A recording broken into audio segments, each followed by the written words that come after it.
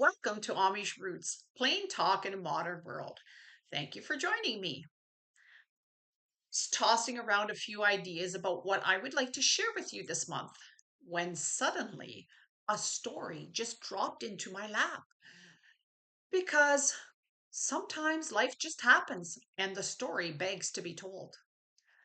So, let me backtrack a little bit. As I told you in a previous vlog called Moving On, we moved to a new home last May into a new community. So picture small town. Very quickly, many of the neighbors stopped and introduced themselves when walking by while we were outside. But today, I'm going to concentrate on one neighbor in particular. His backyard joins up with our side yard. My husband was out one day and neighbor man came over and began to chat. Thinking back, we realize he didn't actually welcome us to town. Rather, he started our relationship by requesting permission to drive his lawnmower across our backyard to his son's home. Seems he mowed both yards and informed us the previous owners of our home had allowed it. My dear husband gave his consent. I might add here that it was done without talking to his wife first. Ah, that's beside the point. Let me continue my story. Perhaps the haphazard greeting should have raised a red flag. We were new and wanted to be neighborly. As the summer wore on, we began to realize that neighbor man and his family across the way were taking advantage of the situation. It seemed our private backyard was now a personal walkway for a family get togethers of which we were not a part of. Sometimes we were actually on our deck or in the backyard ourselves when they passed through, with barely an eye cast our way in acknowledgement. Hindsight would suggest another red flag. I am going to make a note here to tell you that never once did the son's family introduce themselves, even though parts of our backyards are joined, and still have not introduced themselves to this day. I know, it's a red flag.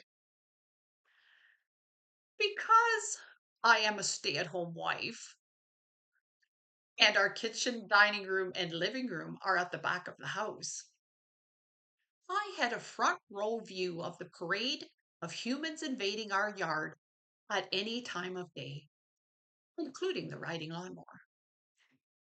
Started to feel invasive and annoying. To get a better idea of the situation, you need to know that they live around the corner from each other with one house between. Why not use the real sidewalk? When fall arrived, I'd had enough. I went to the son's house first and met his wife for the first time, even though I had seen her up close and personal many times. I actually had to tell her who I was because she didn't recognize me. Another red flag, perhaps? She was very pleasant and said, of course, they would stop walking through and would go around the roadway. Well, next up was Neighbor Man. I knew this one would not go as well, but pressed on anyway. I told him politely that I stand by our decision to allow the mower to go across our yard, wished that all pedestrian traffic to cease. Neighbor man, having been told by his son that I would be coming, had his temper ready. He lashed out immediately, wondering why we moved here if we could not be neighborly, and insisted that only city people act like us. Just so you know, we moved from another small town, which happened to be growing rapidly, and we wanted a quieter space. I remained calm and tried to explain that although the other folks allowed him to walk through, we were finding it invaded our privacy. I will not go into detail about how unreasonable he was or how childish he acted. We parted with the understanding that it would stop. Besides, as he told me, we won't be doing it in the winter because there will be too much snow anyway. Grudging agreement. Was this another red flag? As my husband said when I told him what happened, well, if they use the road and sidewalk in the winter, why can't they use it in the summer? Ach, die Liebe. Winter was quiet, as neighbor man was correct. There was too much snow. As spring approached, we held our breath. Well, not literally, because what good would that do? We were pleasantly surprised to realize that they had kept their word and stayed out of our yard. The son even bought his own lawnmower, so there was no need for going back and forth for grass cutting. Okay, so now you have some background on the relationship, which brings me to my vlog today. A few days ago, we noticed traffic through our yard had picked up again, 3 times in one day. And then a few days later, I saw neighbor man crossing.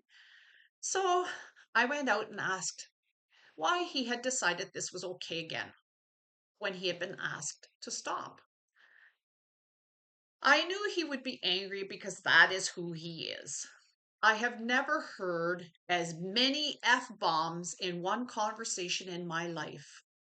Although I would not even classify it as a conversation, since every time I tried to share a concern, I was immediately berated and sworn at. Neighbor man asked what my problem was, and again he questioned why we came here, and then in raised tones told me if I don't like it, I can sue him. I calmly asked why he was talking to me this way, and he seemed a bit startled, but then just carried on. I simply stood with my hands in my pockets, wondering how a grown man could get so enraged over a neighbor asking politely for him to stop trespassing. It reminded me of a toddler throwing a tantrum because you took a knife away from them, even though you tried to explain the reason you were doing it. He doesn't frighten me. In fact, I felt sorry for him more than anything. I knew he wanted things to escalate so he could show how powerful and in control he is. I choose not to play that game. In today's world, we call people like this Karens or Kevins, and he certainly has lived up to the name. Maybe you would call me a Debbie Downer because I will not allow them to use the backyard as a personal sidewalk. But it is my property. If you are a Kevin or a Karen, I would ask that you check your attitude and examine why you act this way. If you know a Kevin or a Karen, I would suggest not stooping to their level, but don't let them walk all over you. Use your indoor voice and stay calm. Most of all, I would suggest you pray for them. Maybe my husband and I should have been more aware from the beginning before it escalated to the situation it is now.